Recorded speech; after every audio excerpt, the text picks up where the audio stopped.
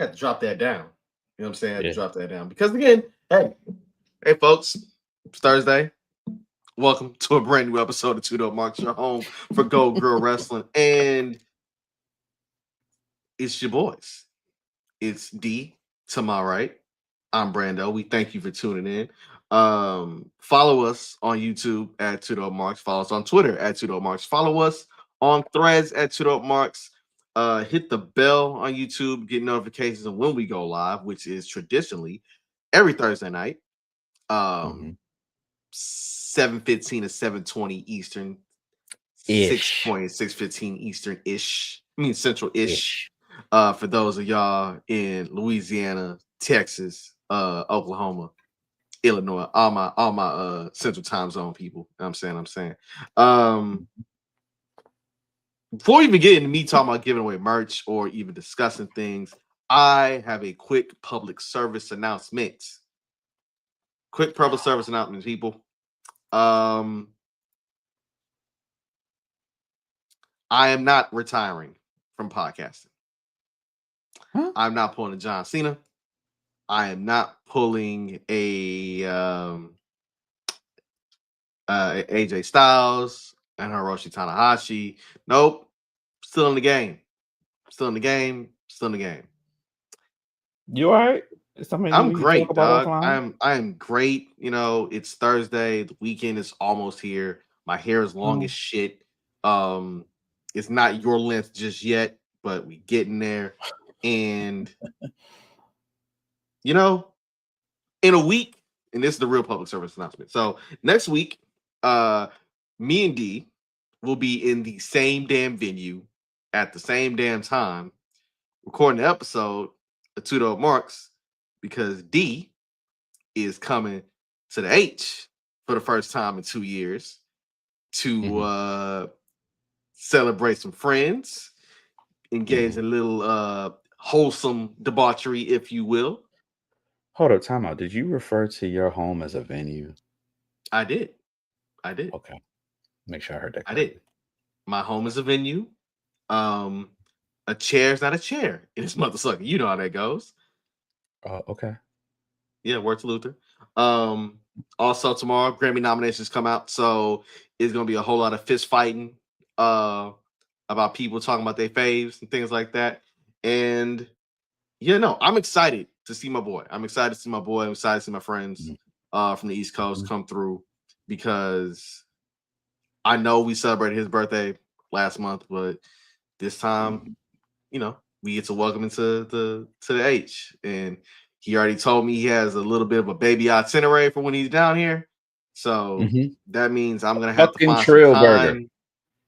I'm gonna have to find some time to take him to Trill Burger, and I'm gonna have to find some time to take him to the Screw Shop. Yep. Now, anything else is redacted. Don't mention that shit on air. Don't mention that shit on air at all. I was gonna ask D, had he you know, had he paid attention to the election results in Detroit, Michigan for the mayoral race, but judging by his face, I don't think he did. Oh, I did. Oh, I saw it. Shout out to Mary Sheffield. Yeah, I saw it last night. Respectfully. Shout out to Mary Sheffield. Respectfully.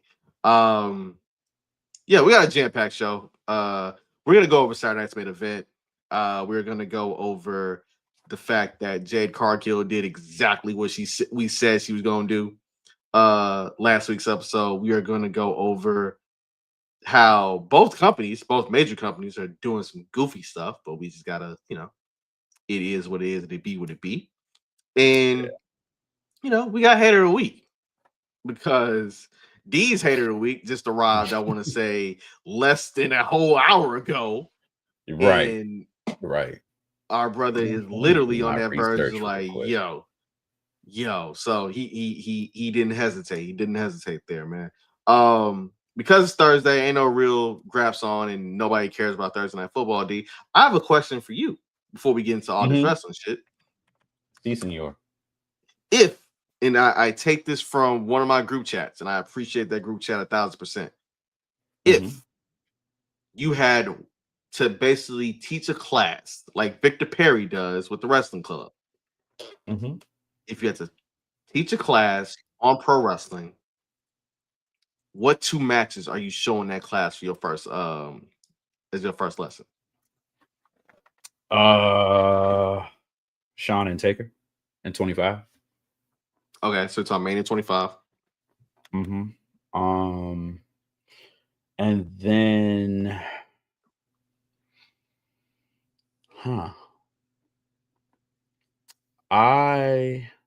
it's two matches because Mania 30.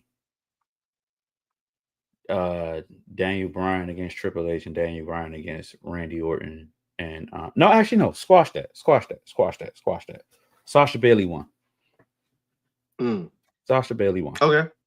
Yeah. I can see that. I can never see that. Okay.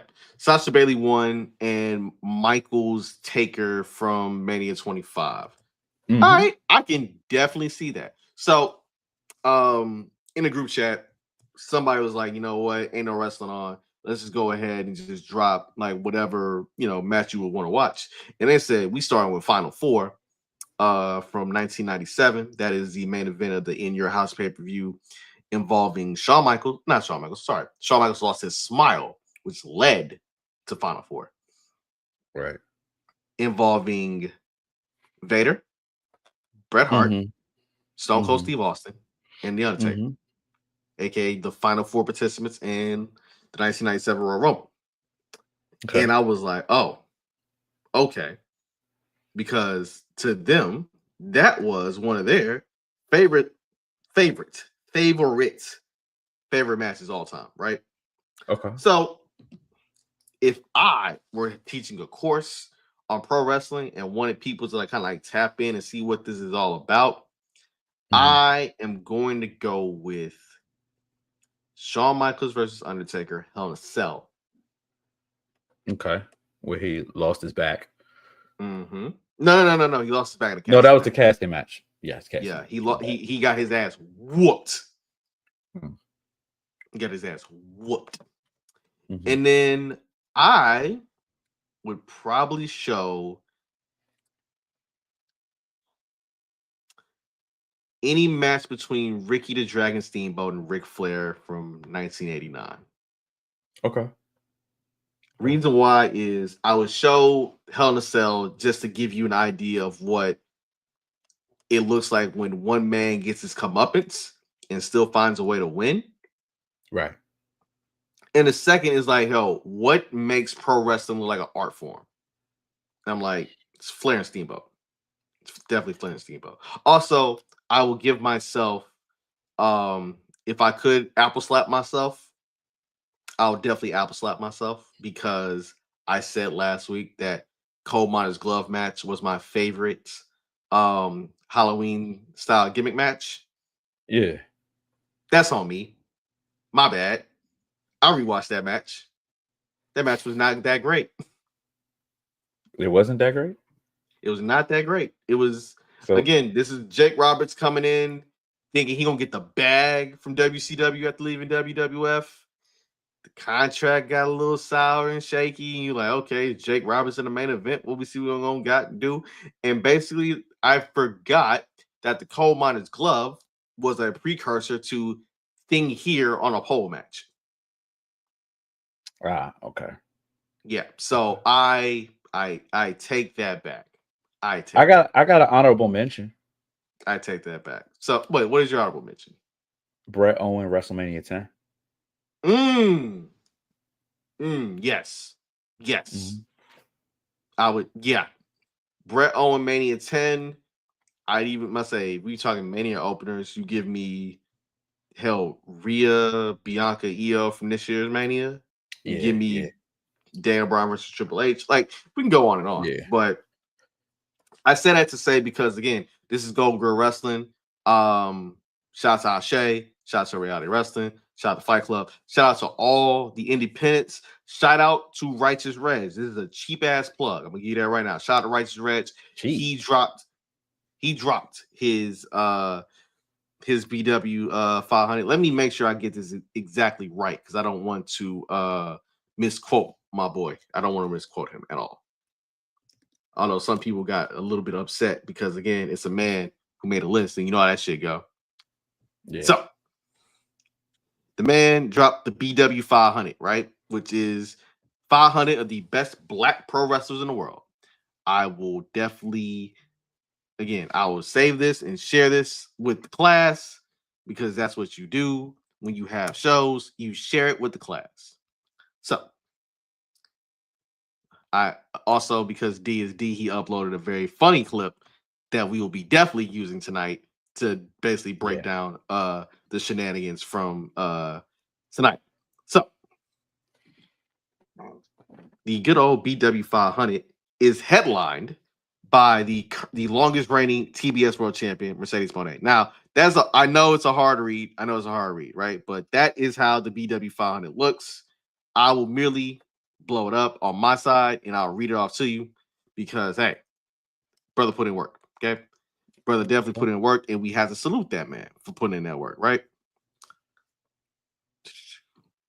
So anyway, number one is Mercedes Moné. Bar none. I definitely am like, yep, that makes complete sense because again, who has had a better year than Mercedes, right? Mm-hmm. She's number one. Old Buddy is number two. Javon Evans is number three. Mm-hmm. Leon Slater is number four. Athena is number five. Okay. Obafemi is number six. Ricochet is number seven. Okay. Michael Oku is number 8. Powerhouse Hobbs is number 9. And Naomi is number 10. Now, I'll throw out some names here really quickly.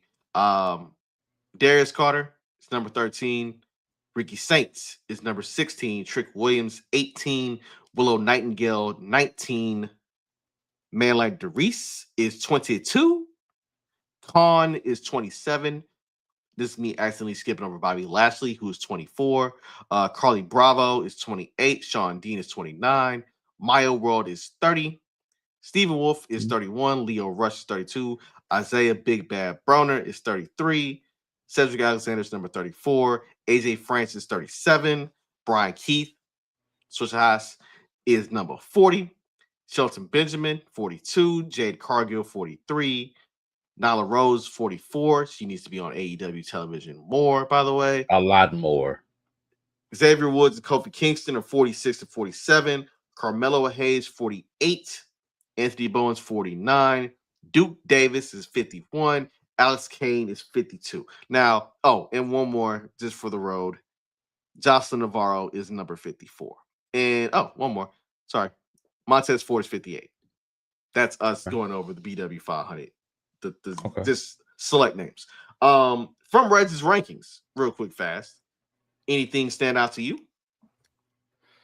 What was AJ Francis? 37. Okay. Where was the King? Charity King? Uh-huh. Let's see. Charity King. I wish I would have highlighted everything and went copy and went, control F. But, shit be happening, right? We doing this live, baby. We doing it live. Yeah.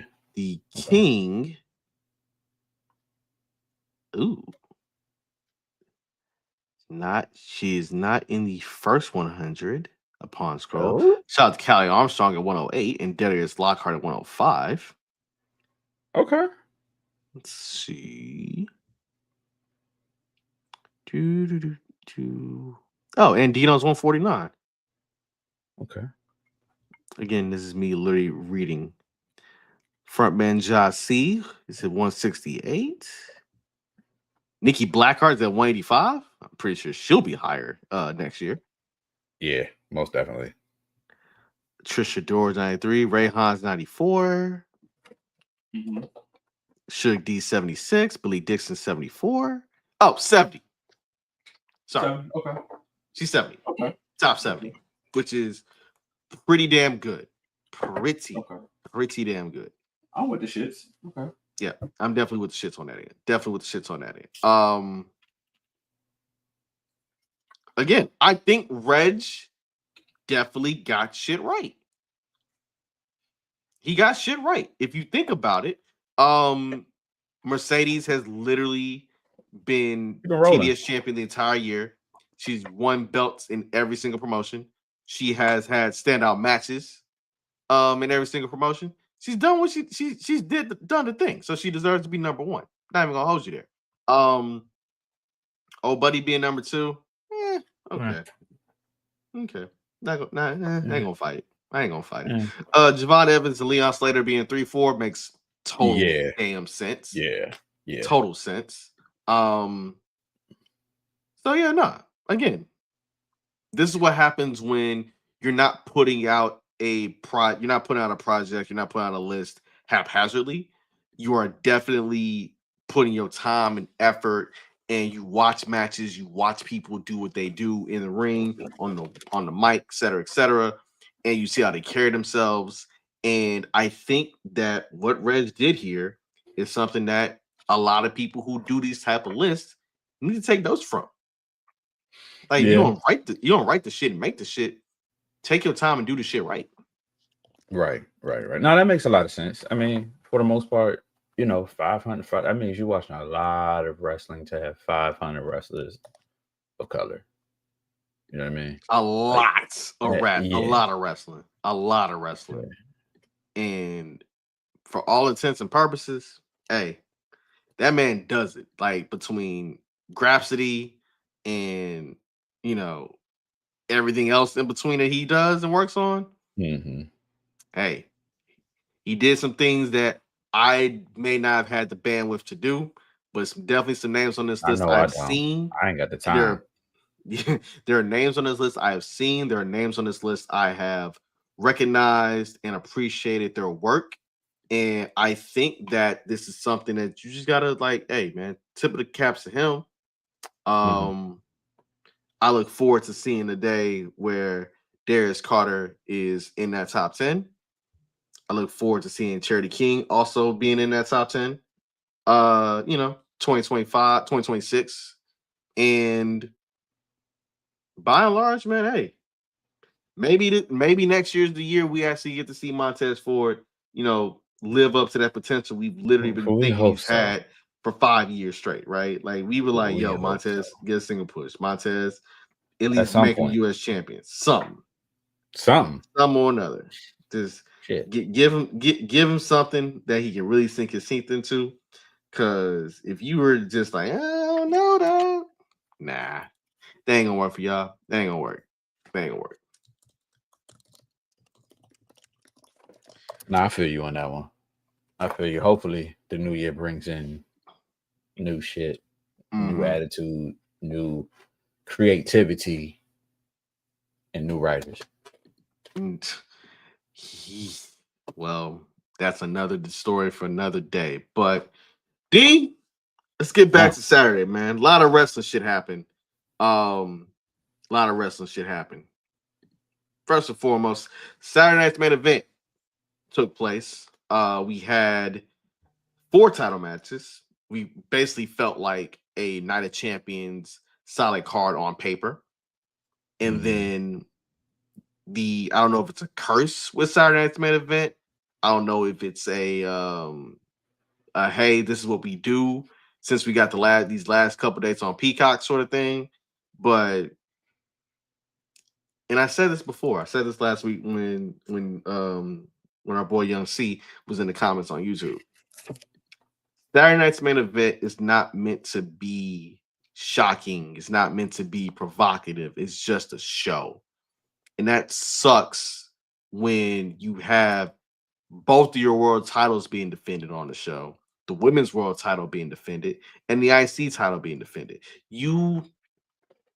I get the fact that you scaled back on a lot of live shows, right? I get the fact that you're now touring Europe to tee up when you do foreign shows such as Saudi Rumble in January, right? But if you're going to present something for television, you need to make it feel epic. You need to make it feel big. The only thing that felt big on Saturday, and this is apologies to Jey Uso and CM Punk, was Jade Cargill doing what she needed to do to win Finally. the WWE Women's Championship. Yeah. Remember I told you last week, it's that thing where they remind you of those in-between pay-per-views. You know, they used to have Great Balls of Fire and Unforgiven, and then you got the what's that, early late 90s, In Your House, I'm at Your Neighbor's House, and they have a theme. In Your House, I'm in the kitchen. In Your House, I'm just in your house. You know what I mean? Like, In your house, but we're a dog. In your house. yeah, all that, all Generation that shit. X. In Your House, pay your HOA, whatever the fuck. So that's In pretty your much what it house, is. in your house, pay your HOA is nuts. That's a nuts title. That GCW might take that. I mean, whatever, but that's what it was. Like, they're literally doing the same thing they did early 2000s, like where they had a pay-per-view. They're filling in gaps at this point. Like, okay, so SummerSlam was in August, right? Yep. You had a Saturday night's main event in September, correct? No, I don't think you had a What no, was no, in no, no. September? What was the filler in September? Was that Uh, let me think. was that Perth? No, no, that was WrestlePalooza. WrestlePalooza. Okay. Then you Crown Jewels had October. Okay. October, right? And you got your Saturday Nights Live in between with a couple with your NXT shows, right? Mm-hmm. We already know what's coming up this month in War Games. December, another Saturday Night Live with John Cena's retirement. You see what I'm saying? Another Saturday Like, Night Live. Yeah. Yeah. yeah, Saturday Nights Live. That's what I'm calling it. That's the title of the show, Saturday Nights Live. But yeah, like, that's what we're doing. Like, they're just filling in time with stuff. They're giving you as much content as possible. They're giving you more wrestling than you can handle, and more wrestling than we can fucking talk about. Because at this point, like, there's gaps in between. You know, there's gaps in between when we were like, all right, it's no WWE on. What is AEW doing? It's no WWE or AEW on. Let's take a look at Fight Club. Let's take a look at GCW. Let's take a good look at Reality of Wrestling. So now they're putting this stuff out there. So you have nonstop WWE, just point blank period. You go to their YouTube channel, and they're playing that shit 24/7. They're playing old wrestling clips 24/7. Yeah, yeah. But I mean, we can get into Saturday real quick, quick and dirty, before we get into the main event of this particular program. No pun intended. Cody Rhodes and Drew McIntyre was, like, I need somebody else to, like, if Drew's gonna lose all the time, like, I mean, I cool, but like, That was me we're going to getting pick up my into DoorDash match. that going into the night, given the brawls and all that. I'm like, how in the hell can you make Drew McIntyre feel like, man, considering the heat he had with CM Punk last year, right? The heat he had with Damian Priest this year. How can you make him feel like, And you want to know why? Because it's a similar situation that AEW has, right? You don't feel like you built somebody up to be a credible challenger, to feel like, oh yeah, no, I think the champion's in real danger. Nah, it's not that. A so match. Cody Rhodes using the belt in a similar vein that he did with Kevin Owens during their Saturday Night's main event match. I'm like, oh, okay. So I guess we're doing this again because Drew has a gripe, and he has a righteous gripe. Cody Rhodes matches will not crank back up until probably the Rumble. The quality of, I mean, not saying the quality, but like the hype around him is not going to crank back up until the Rumble when he gets into WrestleMania season. Yeah. I'm okay with that. That's just pretty much what I'm ready for in the league, for real. Like, you're literally, you're on autopilot, which I mean, fine. Look, last year it wasn't so much autopilot. It was basically proving to people that yes, you can be a long range champion, and Mm. and I think that with Cody being a long range champion, you just also need challengers that make it feel like it's super credible. Like they look like a legit threat. Um, Right. Dom, Rusev, and Penta, fun match. Um, Dom continues to figure out ways to build up this ain't shit baby face that is Yeah. his character really. It's an ain't shit baby Hmm. face. Like Yeah. you're cheering for this dude because it's almost like you are looking for the gag. You're looking for the punchline Right. win, which is how is he gonna get out of this one? Right.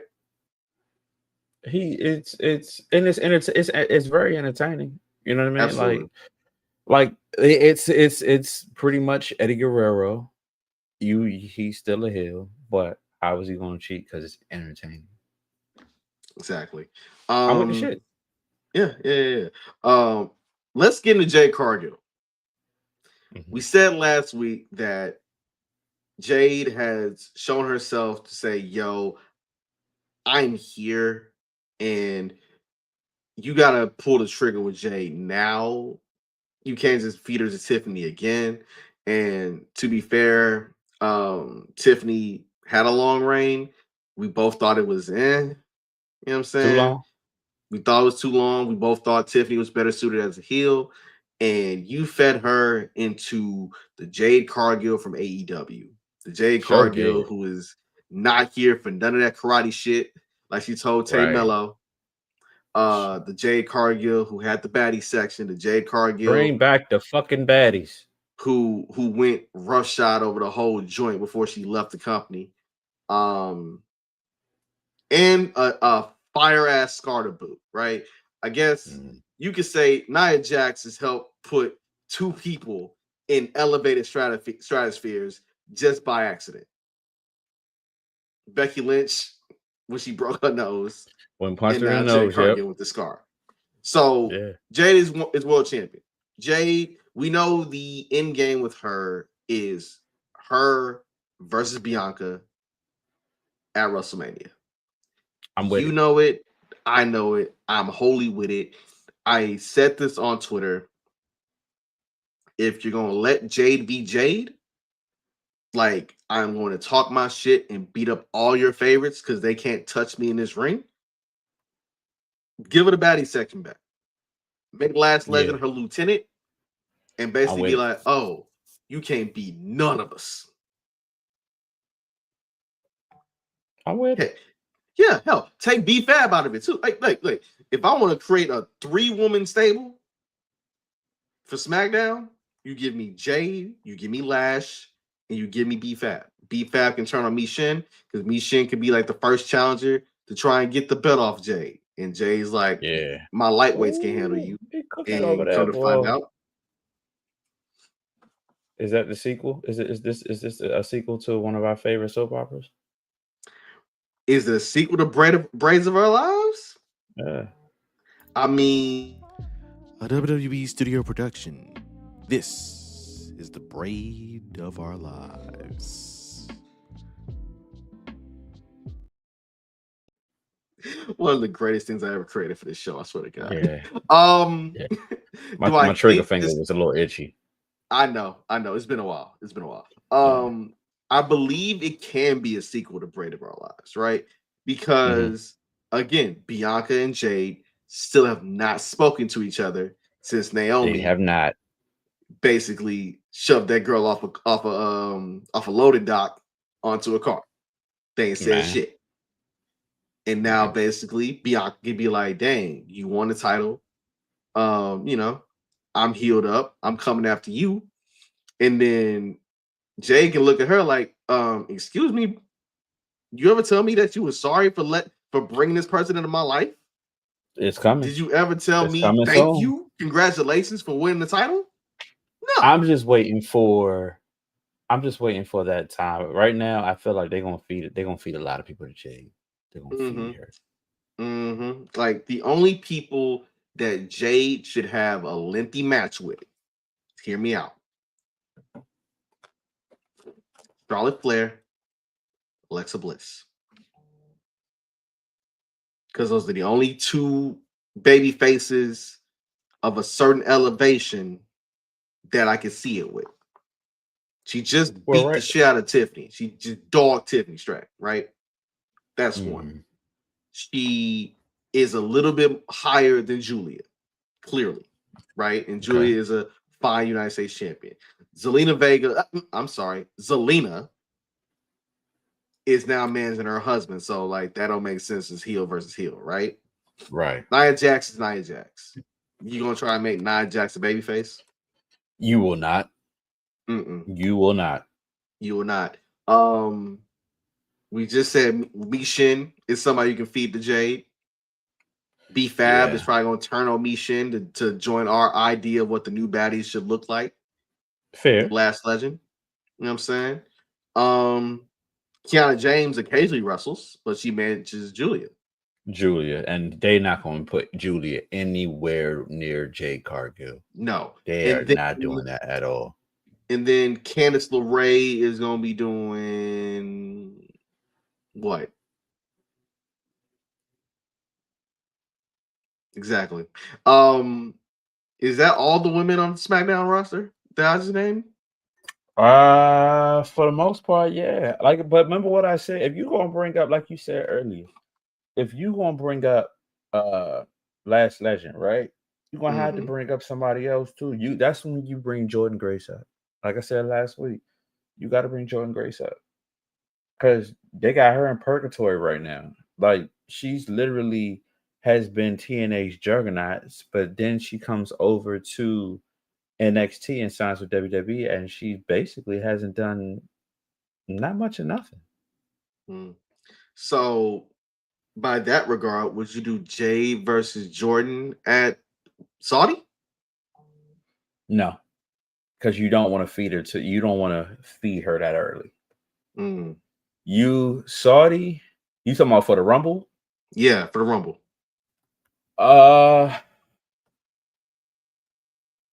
It has to be Tiffany Stratton again. It has to be Tiffany Stratton again. Okay.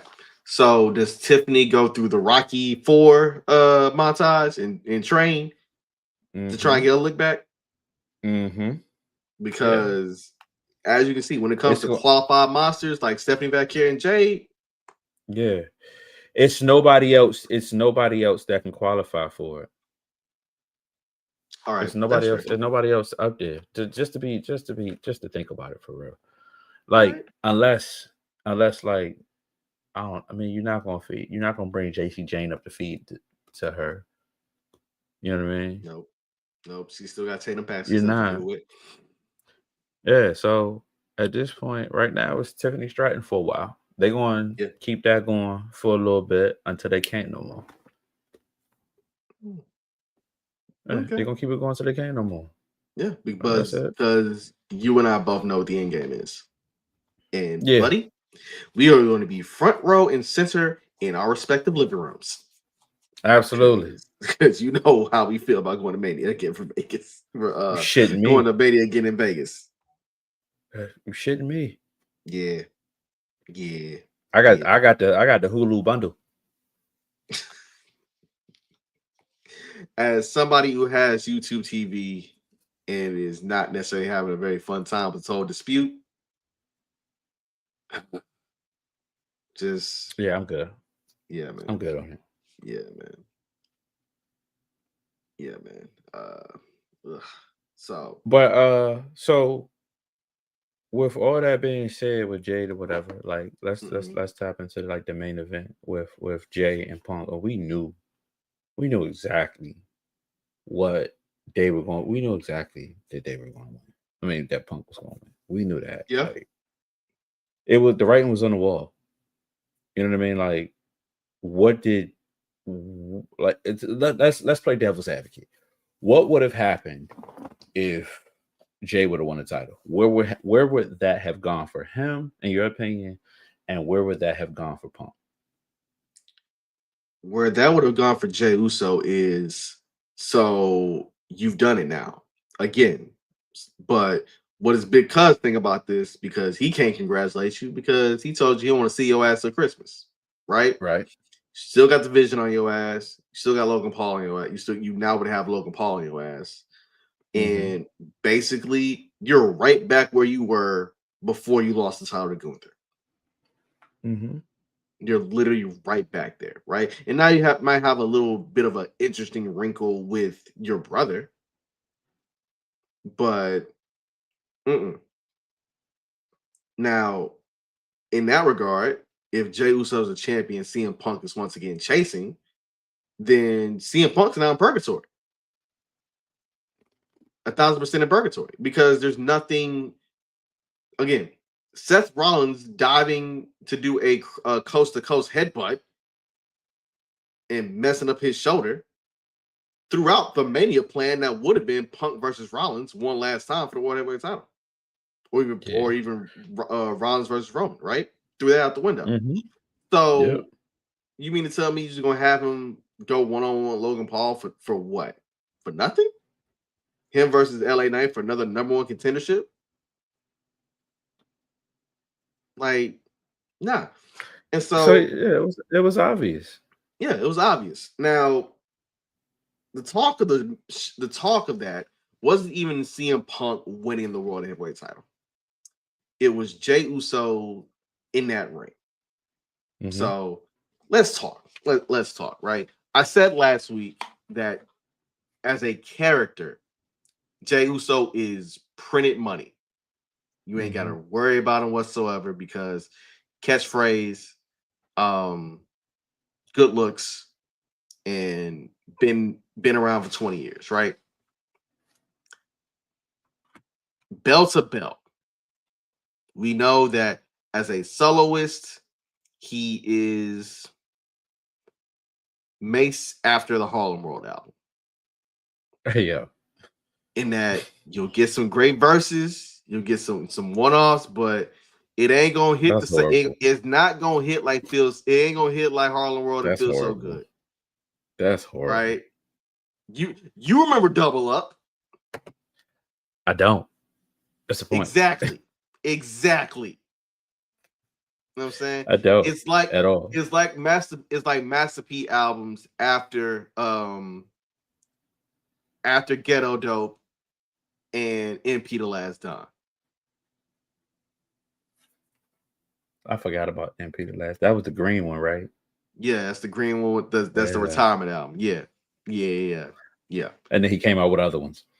Of course, because rap retirements don't last long. They don't. Yeah, we know. So shout out to Jay-Z. In that, hey, there are moments in which in ring, Jey Uso's fire. And then I think what is going on here is that he's letting social media and outside shit affect his in-ring shit. Because rewind it back. Remember when we had this conversation about WWE and Unreal? And how it basically pulled the curtain back on how Jey Uso, they saw it with him in terms of fans being like fully down, and Triple H said, yo, you're gonna be the guy and you're gonna have your moment at Mania. But he also warned him, like, yo, you gotta get your cardio right, because so he said his cardio is his cardio is absolutely ass, right? For some reason, Jay, it's a mental thing. There's a mental block here, right? Because when you're in the ring with one of them dudes, and even at his age, CM Punk is one of them dudes, old man Phil, if you will, things look a little shaky, a little rough. And again, I don't expect Jey Uso to always be like a work rate king. I don't expect him to be the apple of Dave Meltzer's eye or anything like that. But that match was disjointed as shit. Yeah. On Saturday night. It was very disjointed. And I don't think that, I mean, there's going to be some, I think right now that Jey Uso needs to just chill for a second, recalibrate, take time off, because he be doing this rock star shit. Like, this is like Stone Cold in 98 in terms of how people reacting to him, how he doing shit. He is about as over as Cody Rhodes is as champion without the belt. He's about as over as, '09 Jeff Hardy. You know what I'm saying? Like, this is somebody who is beloved. Like, if you take away the entrance, he's already a Hall of Famer just other tag team work. You add the interest to that, like, okay, he's a bona fide superstar. Mannerisms and all. I just think that for his sake and his safety, just, hey, you've earned a break, brother. Unlike John Moxley in AEW, you can put in that PTO. Let them people miss you for a little minute. It's okay. It's cool. But as long as he there, they gonna ride him. Mm-hmm. As long as he there, they gonna ride him. So, I get it. Go get your money, but what you making a hell of a bag. I just hope it don't get stale to a point. You know what I mean? Because you remember what they did. You remember when Bailey was a thing. You know what I'm saying, with the Bailey buddies and all that other shit. And like, after a while, motherfuckers ain't fuck with her no more. They was like, yeah, we over you. We done with you. Figure something else. Reinvent yourself. Go do something. So you can take a break. Yeah, like we're talking about somebody who is over, moving crazy merch. Somebody who is, like, by and large, your number 2 babyface at minimum on Raw. Literally, if he's in a storyline, everything moves. Yeah. So I don't know, man. I don't know. I just want I want Uso to have, a fruitful reign. If they give him this ball again, I want to have a fruitful reign with it. I don't want it to be like 40 days and people being like, damn, what's up? And I want him to be like Jalen Hurts. I want him to take some of that criticism and turn himself into a full-blown, unhinged psychopath when it comes to executing shit in the ring. Yeah. That's what I want him to do. That's what I definitely want him to do. I want him to be so tapped into the crafts because he's got the other shit down already in terms of crowd interaction and people loving him. I want him to be so undeniable that every time somebody want to get on their mother's keyboard, the laptop they still got 17 payments on corner for. Hey yo. And that ain't a diss to Klarna. I'm just saying, right? Like, you. Hey yo. What? Hey yo, leave Klarna alone, man. I am not dissing Klarna. I'm just saying there are people who basically still got minutes on their phones trying to yap and talk shit about Jey Uso. They still got minute plans. They still use. Hey, I'm bringing the mic real close to me, quick fast, right? Just real close. There are still motherfuckers who have to pull up Twitter via the browser on their phone in order to tweet. I miss that phone, dog. I do. But yeah, I was a sidekick, man. Showing your age. Just showing your age. Just showing your age. You had a sidekick too, motherfucker. Nah, I never had a sidekick. I wanted one. Not gonna hold you. I wanted a sidekick, but hit shorty with 2-way alert. You know what I'm saying? Wow. But not have him not be texting like Kelly Rowland on Excel in Dilemma. Listen. All we're saying is that for the curious case of Jey Uso needs a reset. And I don't mean like change the character and like that. I just mean, hey, brother, you go sit me some Mai Tais, you lean in with the thing. They out here. The thing. You know what I'm saying? I must say, go chill with the thing, and then double back and hey, man, be refreshed, renewed, and all that. You know what I'm saying? All that. Now, fast forward to Monday. They had CM Punk do his victory speech, his victory promo, and Logan Paul came out to interrupt him, and CM Punk was dismissive of Logan Paul, like anybody would be dismissive of Logan Paul. Mm-hmm. And it led to a conversation with Braun Breaker and the Vision coming out, and Paul Heyman. And the end of the night, it was, hey, is Logan Paul gonna have to make a choice? Is he gonna side with the Vision, side with himself, or side with CM Punk? And Punk was like, nah, I'm gonna trust him because hey man, they punked you, they disrespect you today, dog. What you gonna do? What you gonna do?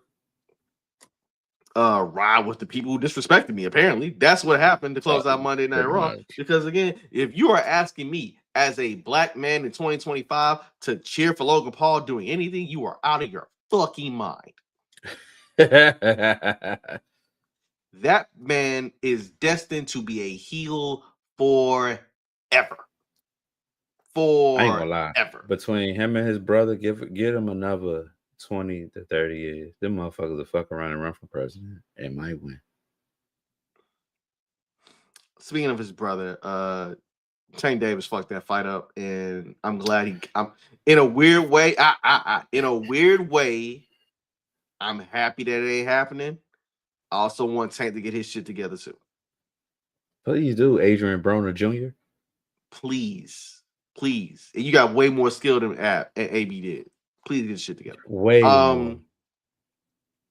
So yeah, the ending of Monday Night Raw had CM Punk look like every gullible baby face from the NWA, like Dusty Rhodes, you know what I'm saying? But mainly Sting. Now, for those of you like me and D, we are fans of WCW. You remember when Sting would befriend Ric Flair and the Four Horsemen? Sting thought he was in the motherfucking Horseman, bro. Oh yeah. I remember Sting tag teaming with Ric Flair in 1995 because Flair was in a feud with Arn Anderson for some dumbass reason, and basically was like, "Oh yeah, Ric's on my side. We both don't like Arn Anderson." And what did Ric do after he got the hot tag? He did the strut and he decked Sting in his fucking jaw. That was aggressive. I sound aggressive because I'm driving home the point of they made the world champion look like 1990s NWA to WCW Sting, and that they made him look like an absolute white meat gullible babyface, which is a throwback to the wrestling that you and I grew up on. Yeah, that man, does he look like a bitch? Yeah. Again, we knew Logan Paul's tendencies the moment he came in the door. Phil thought he otherwise. And nope. He told you who he was, Phil. Told you who he was. But you know, wrestling is nothing but recycling. Like, what do they say about football? It's what do they say about football? I can't think of the saying. It's a copycat league. Wrestling's a copycat league. It's a copycat business. Mm-hmm. It's a copycat business. We done seen half these storylines before. It's just a matter. It's just a matter of how they portray them and what they do to improve it or make it look better. Yeah.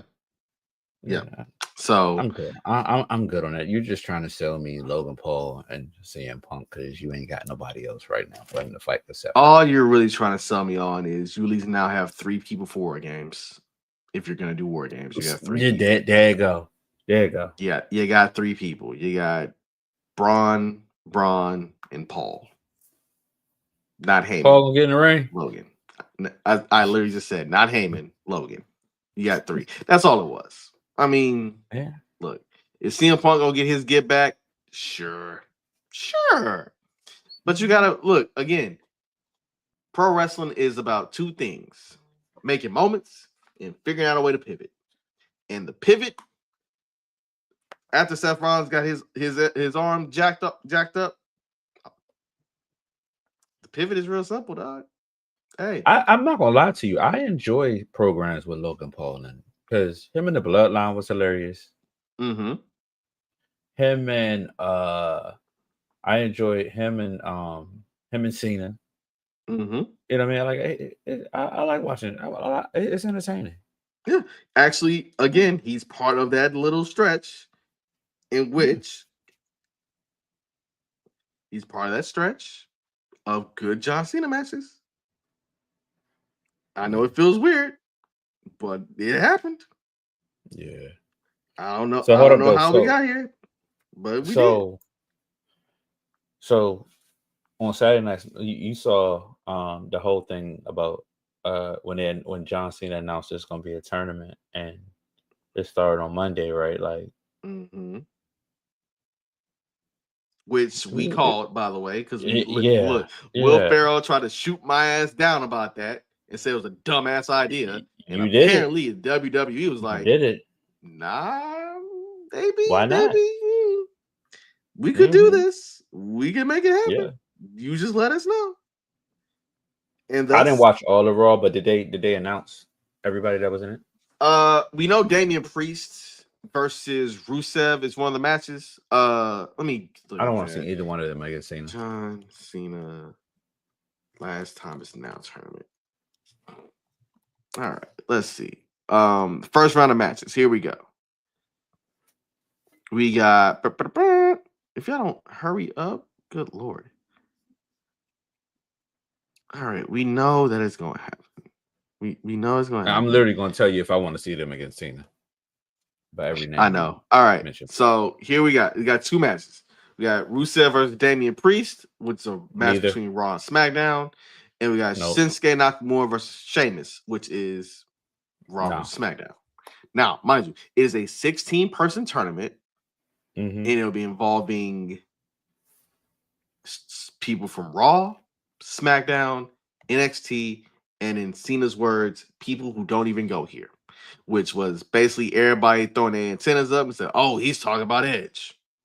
Oh, he might be talking about Jericho. Say might his be talking name about Joe." He appears. Thank you. Look at you. Look, we here. It's Joe Hendry, right? So that's 4. Like the other 12 people in this, like I'm pretty sure Obafemi might be in this for NXT reasons. Trick Williams might be in this. Gunther, obviously. And hey, if you tell me that Gunther's gonna be in this, but Gunther's losing in like the semifinals, so you throw it off a little bit, cool.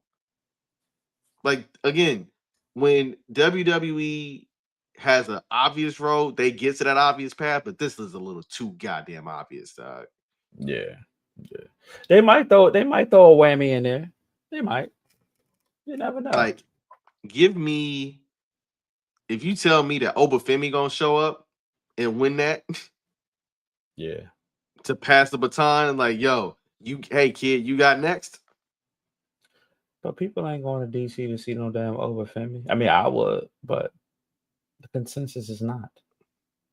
Are people going to DC to go see Gunther versus John Cena? Fuck yeah. So what's the difference between Gunther and his Nigerian counterpart? Triple H this past week or two, I forgot what interview it was, mentioned that he had been in the White House a couple times in the past couple of months, right? So it leads me to wonder if there's no reason why John Cena's last match shouldn't have been in Boston. Why do you think it's in DC? Somebody put the money up for it to be in DC. Now you're thinking, yeah. So a specific person might be there to watch that match. There's no reason in hell why John Cena's last match shouldn't have been in Boston. What the fuck does John Cena have to do in DC? What are you gonna chill? What he gonna smoke crap with Marion Barry? No. Come on. Is he gonna pay homage to Capital Combat? Is he gonna play quarterback for the Commanders?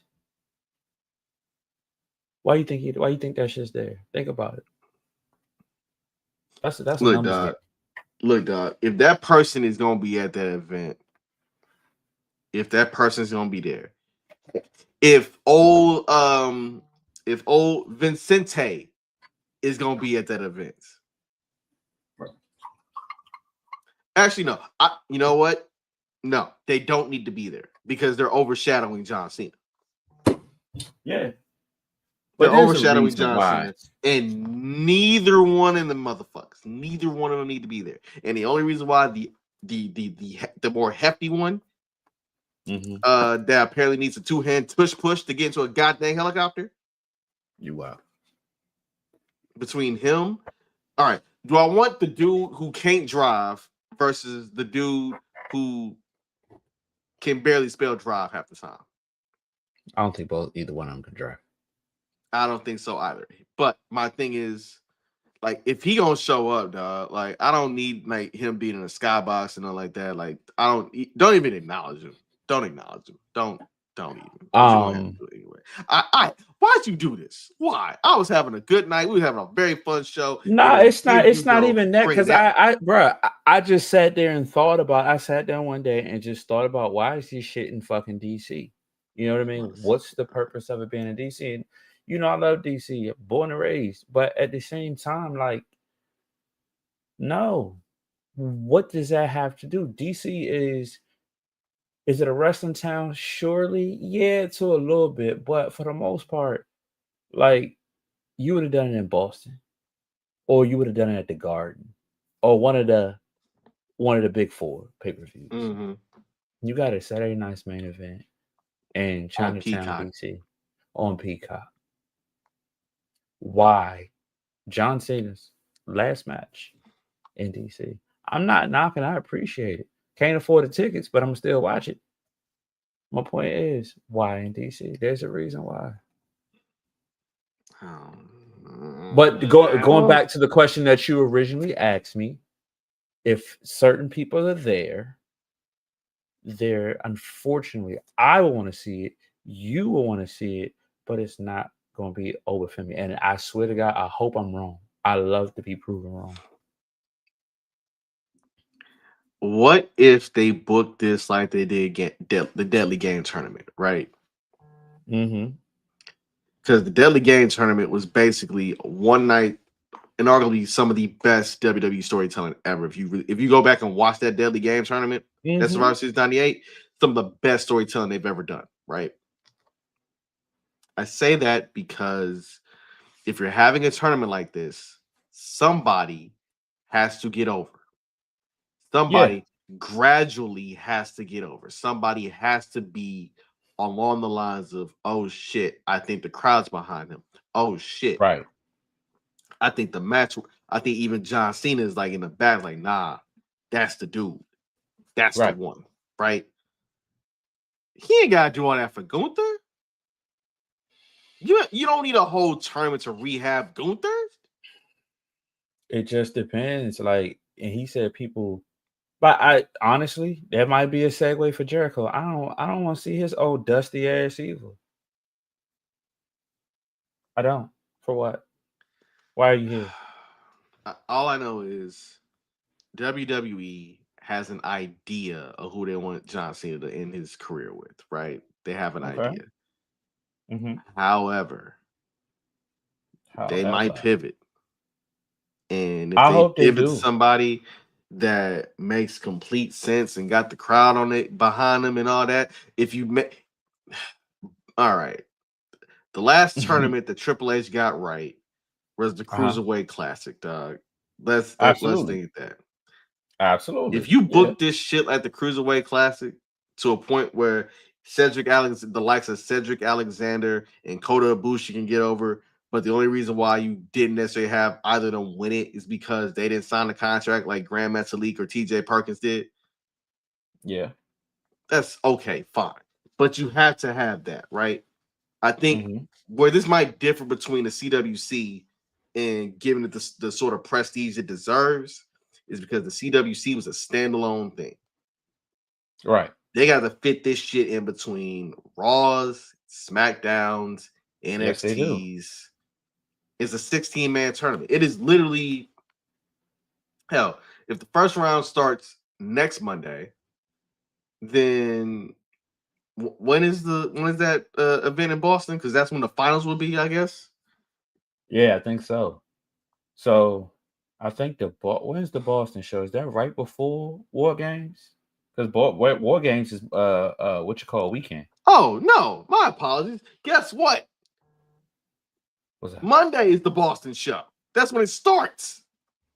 Oh well, that makes sense too. Are you must say this can't end at the Garden? because that's also when Cena's booked to appear. So when does this end? This ends on a random the Raw or the SmackDown before that, the 13th of December. It might end for real, just to sell the feud a little bit. It might end at War Games. War Games is the 29th. You got 2 weeks. You got 2 weeks. That they do. That they do. They got 2 weeks. What the fuck? I'm just hyper curious about them doing goofy stuff, but here we are. Not them doing goofy stuff. I mean, bro, at this point, it's just wait and see. But that's what we talk about all the time. Like, that's literally what we talk about all the time. Is wait and see. Prove us wrong. Because all we doing at this point is speculating. We're just speculating at this point. All right. Real quick, let's get into like some quick hits right quick fast. Okay. Like I said, AEW sometimes be on some goofy shit, right? Reason why I say AEW be on some goofy shit is not because of the in-ring. It's not because of the in-ring. It's because when Tony Khan has zero clue what to do, he just gets bored. He's like, hey, let's have another tournament. Hey, let's have a brand new belt. So, did you watch Dynamite last night? Not really. Okay. I was tired.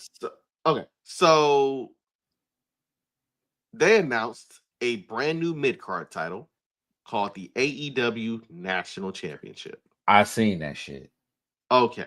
Now, what is the purpose of the AEW National Championship if you previously had the AEW Continental Championship, the AEW International Championship, and then you're that's like, the one they combined and gave to Okada, right? Yes, into the AEW Unified title. So I asked very astutely, what, and I mean this succinctly, what the fuck do you need another mid-card title for? You just introduced women's tag team championships, and you got a tournament going for that. And by the way, The Rock, that's an interesting tournament to begin with because the perceived favorites, Mercedes Moné and Athena, lost. bless. Excuse me. Thank you. Had to sneeze. They lost to Willow Nightingale and Haley Cameron. So you remember when WWE, when it was the Ring of Honor New Japan days, this is like heightened of the Bullet Club days or whatever, and you had the Bullet Club. You had Ring of Honor had one of the most stacked rosters ever. It was a thing. Remember how Triple H was hoarding the Kevin Steens, the El Genericos, the Adam Coles, the, you know what I mean? Like, so it's the same thing as to when that situation was going, people wanted, oh, well, I want to see Sami Zayn do this. Or why don't you give this person this title? But Vince wasn't going to give everybody every title. It wasn't enough titles around to validate people. So fast forward, a lot of people got released from WWE at that time. So then you start to look at AEW. All them people that got released from AEW, and AEW built its reputation on signing a lot of the WWE stars that we grown to love. The Adam Coles, right? the John Moxleys, the Claudio Castanolis, all them people. But what happens is you're taking all these, they pretty much outside of Darby, outside of MJF, outside of Jungle Boy, like you really don't see too many other people there from when they started. So now the fact that you're hoarding wrestlers from New Japan, from Pro Wrestling Noah, from you own Ring of Honor, CMLL, they're trying to validate. Yeah, you're trying to validate certain people with titles because your roster is heavy as hell. It's thick. So that's what he's doing. I mean, you're trying to validate people, but it doesn't help when you have an international title and a continental title, and then you just can join them bitches and give them to Okada. Makes no fucking sense. Yeah, you know what I mean? They be doing goofy shit. Yeah, but so I understand the vision, but it it is what it is at this point. You can't. There's a reason why Vince didn't do it. You have a whole bunch of people doing busy work, dog. That is all this Mm-hmm. is. It's a bunch of people doing Mm-hmm. busy work to try and get on TV. Which, hey, I respect when people get on I TV, get it. especially because you're only on there once a week, if that Yeah. twice, because collision. Side note, you think Tony was a little bit salty with the fact that currently in World Wrestling I already know where you Entertainment, going. the top 2 male champions were previously employed by you. Mm-hmm. The top 2 women's champions, one was definitely previously employed by you. Employed by you, yeah. The other only wrestled one match for you. The holders of the top 2 titles male on NXT were previously employed by you. Mm-hmm. The woman who we knew was an absolute star under you is now the secondary women's champion in NXT. Kendall Gray, who did some dates for you, is the Evolve champion. Yeah. Oh, I forgot. Also, one half of the tag team champions on Monday Night Raw also used to work for you. Yeah.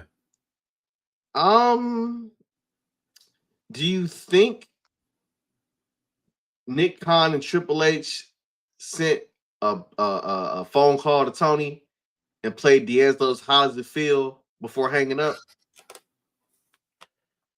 That'd be some petty shit, and I'm here for it. I'm here for it. Just saying. I'm here for it. Just saying. Again, AEW, stay doing goofy shit. Now, again, so I look, I respect those who stayed. I respect those who left for the reasons they left. I also think that the greatest cardinal sin of AEW was literally, not knowing how to play ball and make brawl into something that worked on TV. Yeah. So with that being said, like, how do you think that each promotion ends 2025? Okay. I left this here because we are literally in the home stretch. We have, let's just say 10 Monday Night Raws, 10 SmackDowns, 10 NXTs, including Deadline and Gold Rush for them. AEW has World's End and Full Gear for their last 2 pay-per-views of the year. I think it ends, from an AEW perspective, it ends with Hangman Adam Page as world champion still. I think we position him to get a new challenger, a fresh one, even though I am enjoying this Page versus Samoa Joe feud. Yeah. I think Worlds Collide, the pay-per-view, ends with Mercedes beating Chris Statlander and becoming AEW Women's Champion, finally fulfilling that prophecy. I can see that. Yeah. I also see Megan Bain looking at the writing on the wall and being like, yo, I think my talents are better served in Orlando at the PC. They would make her a damn monster. Yeah. And I think for WWE, the year ends with CM Punk still being world champion. He'll probably have a match with Logan Paul. If they don't have them interact in War Games, there'll probably be a one-on-one match. I think that Cody Rhodes is gonna have to find somebody new to tango with. Not sure who. Bianca Belair is going to be back, and she's going to be the first person to declare for the Royal Rumble. And I think Jade Cargill is going to develop the Baddies section. I think El Grande Americano, the new version that is fluent in Spanish and can get baddies in Spanish. I think he is going to be an even more interesting player on Monday Night Raw. And I think the tag team divisions for both WWE and AEW are going to flourish in some way, form, or fashion because you have, with the way these darn titles are being built up in AEW for the women, you have no idea who's going to be the first. But if I were to pick a first, I want Willow Nightingale to hold them things. Absolutely. And I think that with AJ Lee, see what I did there, AJ Lee, yeah, as the Raw Tag Champs, you know, some cool could happen, right? The New Day can get back in there. You have new, fresh-ish matchups here and there because basically you have, and I hate to frame this way, but you'll laugh at this. All AJ Lee is, because they don't have a team name, is a variation of Brody Lee and Bandito, in that you have a masked dude who is cold as hell and a dude with tattoos who spent some time in Japan wrecking shop and doing cold shit. Wow. So that is my synopsis of how this year is going to end. Also, ticket prices on WWE going to be even more ass. They're going to be outrageous. More. They're going to be more. Hit the button. I'm already there. Thank you. Yes, thank you. It's going to be absolute ass to try to see a WWE show. So yeah, those are my quick predictions. For the most part, WWE don't end the year really big. For the most part, they try to, after War Games, it's pretty much a setup for what happens in January, which is the Royal Rumble. People declare, people gonna speculate who's gonna win, what makes sense for Mania, et cetera, et cetera. So WWE is going to pretty much pretty much chill out, coast at the end of the year. Because as you know, whoever wins the Rumble gets to pick their champion. And it has to make sense to the fans on what Mania looks like. Like you said, Bianca Belair and Jade at some point, Mania more than likely.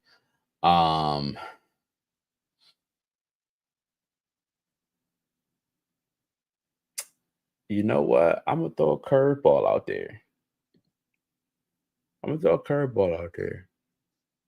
I would not be surprised if we'll see it at the end of the year. But I'm going to not be surprised if Dom Mysterio ends up in that title picture at some point.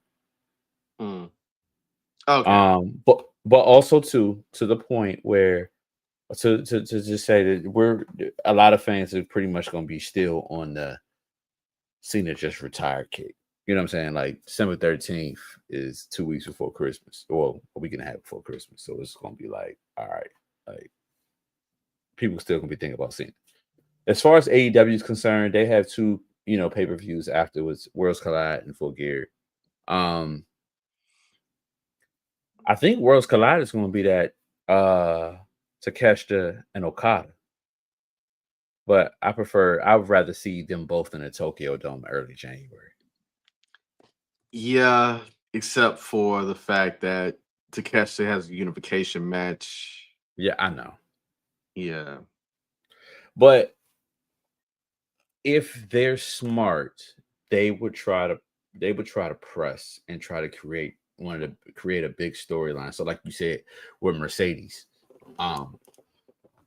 winning the AEW championship from Statlander.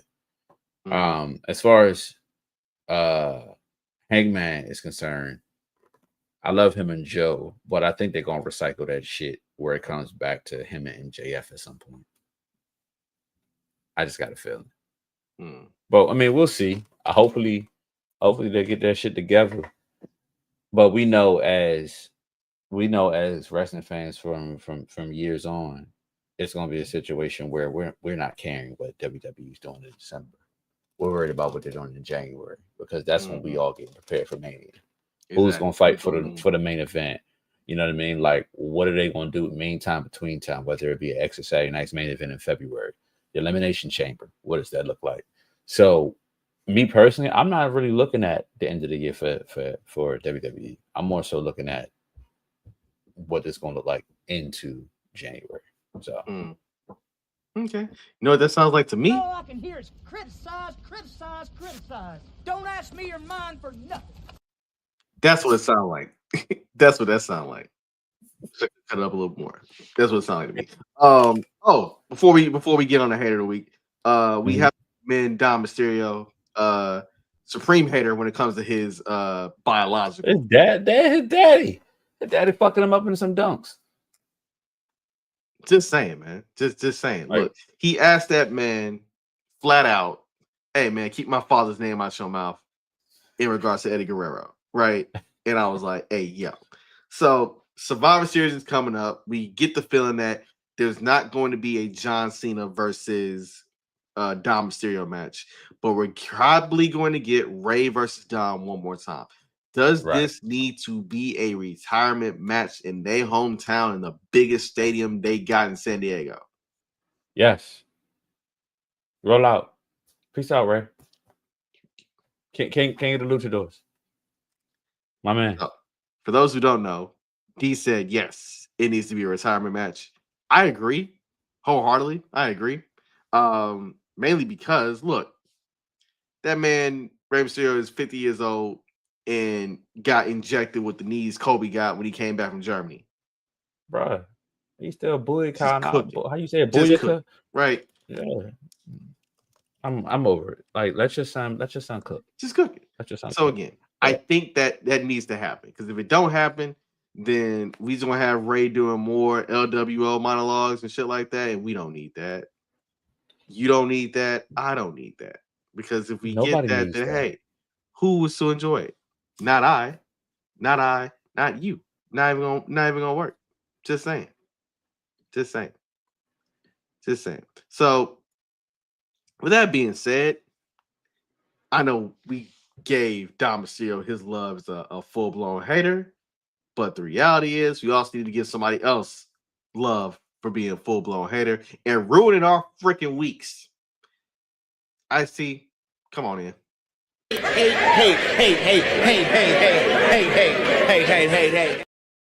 That's right. It's time for Hater of the Week, people.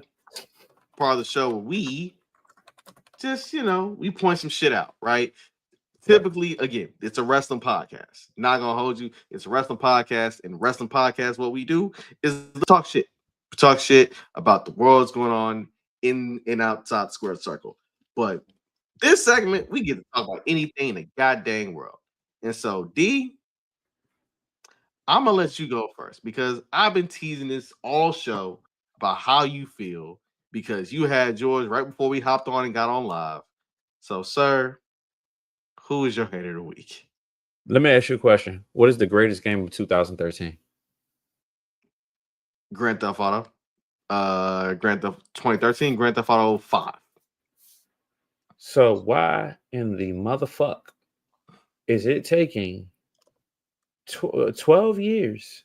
Well, no, sorry, 13 years to release the fucking Grand Theft Auto 6. What are we doing? And then you just push that bitch back to November of next year? Come on, bro. What are we doing? It's not that serious. Are we going to actually be in the fucking game?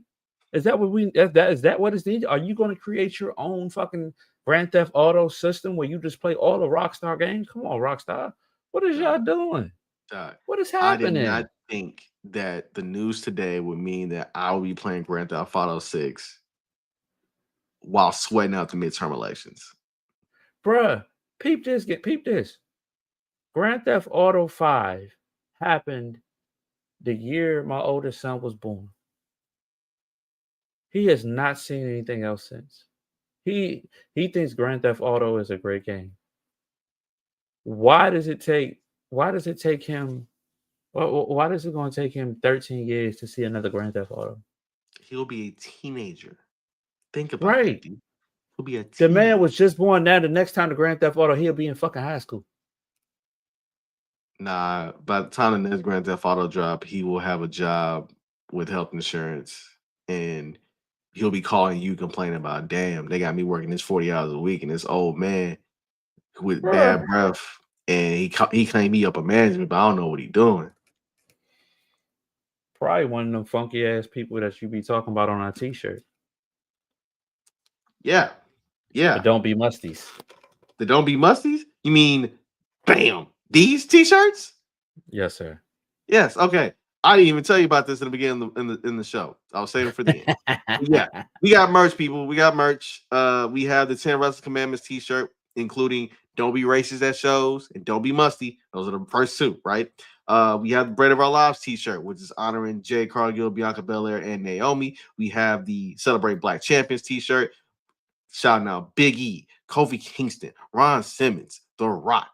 You might be a little bit COINTELPRO Pro, Bobby Lashley, etc., Hey, right? Same going on for women. Shouting out Mercedes Moné, Jazz, Jacqueline, the aforementioned Naomi, the aforementioned Bianca Belair, the aforementioned Jade Cargill. We have our regular Degla Gold Grill logo t-shirt, you know what I'm saying? And we got hoodies.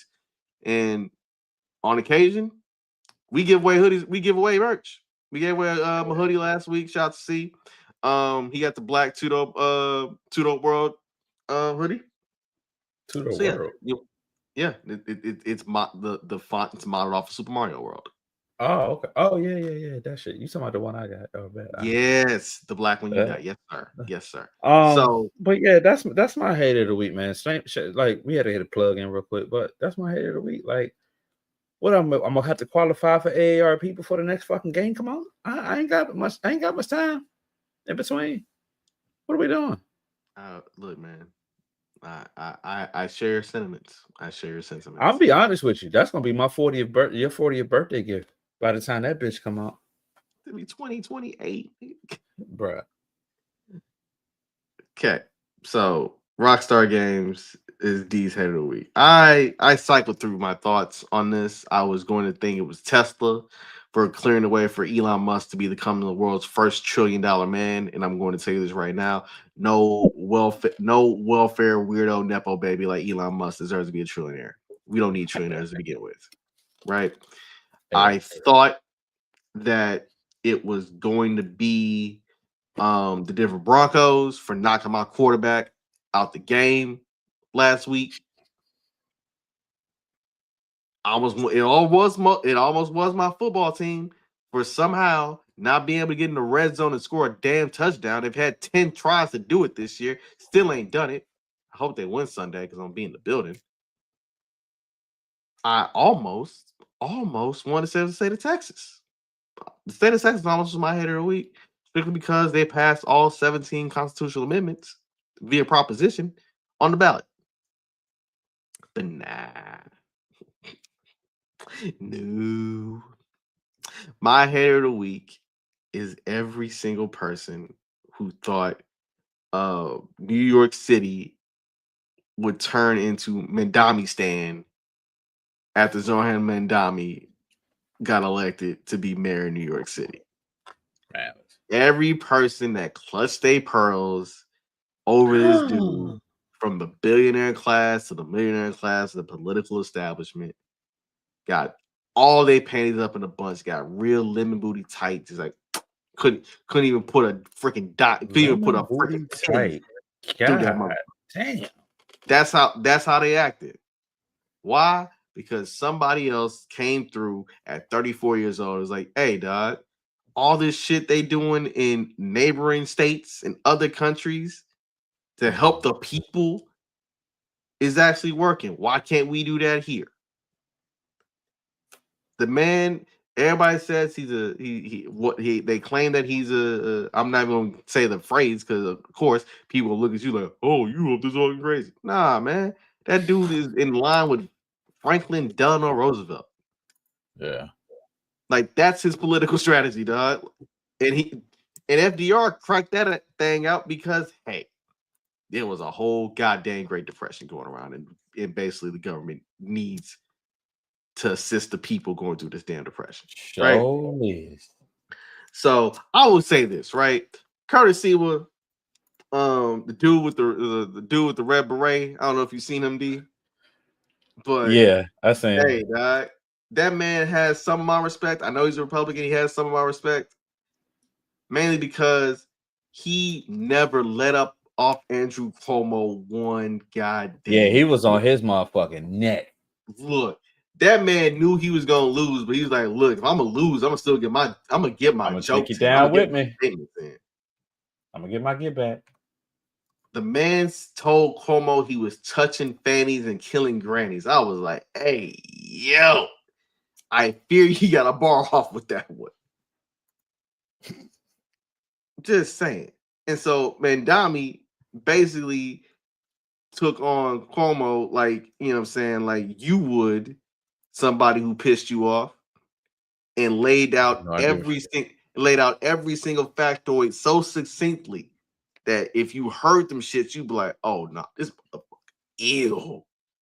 So yeah, I have no idea what you speak of.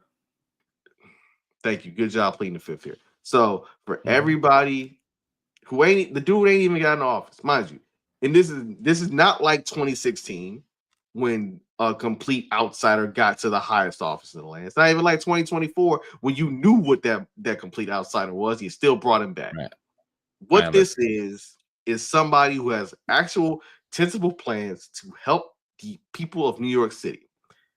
Rent must say freezing the rent, trying to make things more affordable. By the way, remember old buddy 2009 ran for mayor in New York, and he had the wild ass cartoonish Yosemite Sam mustache, black dude, right?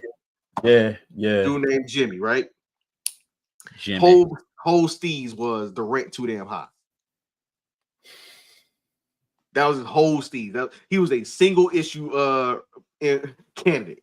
That's it. Hey, you asked him to do anything else? Nah, I don't know nothing about that. The rent just too motherfucking high. The rent is too goddamn high. And guess what? It is now 29, 16 years later? 16 years later, yeah. Again, hey man, look, he might have been the Rakim to this shit. And the evolution came around, but you gotta chalk it up. Rent too damn high everywhere, dog. Listen, he had a point. He had a point. The snaps is gone. People tired. Hey man, people tired. And also my belated hater of the week is the people thinking we stupid over this YouTube TV versus ESPN situation. What's this about? So you have YouTube TV because we got Sunday Ticket, right? Yeah. But ESPN has a rights deal with all the other cable providers to let them let them air ESPN programming. But I thought YouTube TV was a part of that as well. They aren't anymore. Oh shit. So as of last Friday, as of Halloween, you cannot access ESPN on YouTube TV. That means ESPN2, ESPN News. That's why when I tried to watch the game on Monday, I didn't see ESPN2 because I like watching Peyton and Eli. So yeah, we're now we're about to be in a week of it, right? We're about to be in a week of it. We're also about to be sitting here thinking like, okay, so that's now 2 weeks for some people who ain't been able to watch college football, right? Now, or Monday Night Football, or hell, college basketball is back, right? Yeah, you inside the NBA, right? You just had the Lakers and Spurs last night. It was a good ass game too. My line of thinking of it is like this, dog. Like, this is Big Bank versus Big Bank. YouTube TV kind of led the whole cord cutting revolution. They got 10 million. Google versus Disney. It's Alphabet versus Disney. Yes, sir. Yeah. So one side gonna be like, we don't need you. The other side gonna be like, we don't need you either. And people think like, oh, it's because ESPN still has that app they're trying to push. And nah. You wanna know why it's not about the app? I'll tell you why. Because ESPN still has deals with Xfinity. They still have deals with DirecTV. They own Fubo. Right? They got Hulu. What to say, Fubo? I know. What, they for us bias now? This is the Fubo. They ain't about to turn down no money. They not. They ain't about to turn down no money. So again, we're now about to be in week 2 of the stalemate, which is a goddamn issue for people who like watching sports, right? And apparently, if you think about it, you could be like Warner.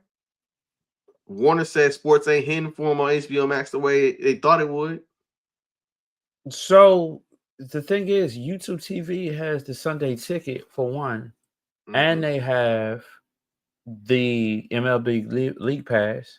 They have the Amazon hockey got joint. League Pass now. Amazon got League Pass. NBA. Oh, really? Yes. So what you call it? So YouTube TV don't got it no more? Mm-mm. Oh wow. Okay.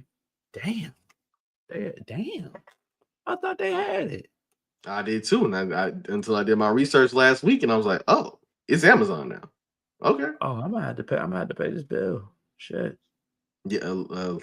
Look, come next Friday, I'm gonna have League Pass on Amazon. Bro, I'm gonna have to do the same thing. It's a lot of Warriors and Sixers games I gotta watch. Dog. Again, I'm a Rockets fan. I am married to a Laker fan. You're again, even though Laker games be on national TV every other week anyway. Bruh, that late night crazy. The Mrs. still watches all 82 of them motherfuckers when they come on. Yeah, she do. She do. Right? She definitely do. And because I'm not with Xfinity no more, I can't even watch the Rockets. Oh wow. Because the Rockets are on Space City Houston, which is a that's local TV. Yeah, no, it's on Xfinity. That's how the Wizards are here. You can only watch them on Comcast Sportsnet here. Yep, they're I think the Rockets and the Astros might be the only team that they don't do over the top airing other games. Like you gotta watch it on one thing, like one or two things that actually have the service, or you gotta go back to the Stream East days, or RP Stream East, by the way. Man, listen, Stream East dead. Yeah. Used to hold me down when I was like trying to find a couple joints, but statute of limitations is up, by the way, on that. So that is where I'm at with it, man. I can't watch the Rockets right now. The Rockets are balling. Damn, so you don't even get the local TV. You don't even get again. If you have ABC, you don't even get your local ABC network. So imagine you doing all that caping for Jimmy Kimmel, and only for a couple months later, you can't even watch him because ABC or Disney and So if you sign up for the NBA League Pass on Amazon, it's not blacked out because you in the area. Oh no, it's blacked out because I'm in the area. That's what I'm about to ask you. So how you gonna watch the Rockets? Go in my car, turn the radio. Drive to the Toyota Center, or go to Toyota Center and see them boys in person. Bro, that's crazy. That's wild.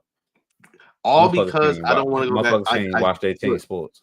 Mind you, I have no issue with Xfinity. No issue whatsoever. They gave me great internet service, great provider. It's just that I got tired of paying $250 a month for the bill. That shit a lot. Like that shit. Look. Again, this is a household where we mainly stream shit. For starters, we mainly stream shit. And 9 times out of 10, the only things we end up streaming, because we both gone and we both working, is she watched the challenge.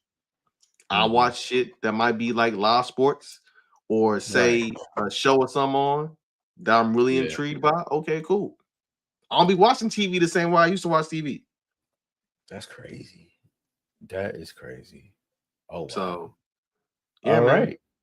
Right. Well, yeah, man. That. With that being said, yeah. Thank you for watching this week's episode of 2DopeMarks. We come to you typically live Thursdays on YouTube and Twitter and Facebook. You can watch us on all 3 platforms live, and then we can watch us on demand on YouTube. Let's say next day, or no, the episode goes up live as soon as we end the episode. Pod listen to it on your way to work to get your Friday started. Want some laughs, some jokes, some introspection. We got that too. Upload episodes every Friday morning. Rate us, review us. Follow us on YouTube.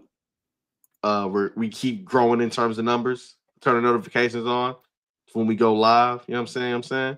Follow us on Instagram at 2DopeMarks. Follow us on Twitter at 2DopeMarks. Follow us on Threads at 2DopeMarks. Cop the merch because hoodie season has arrived in some parts of the country.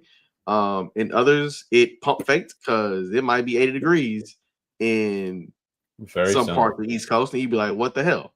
I thought it was Tim season." So yeah.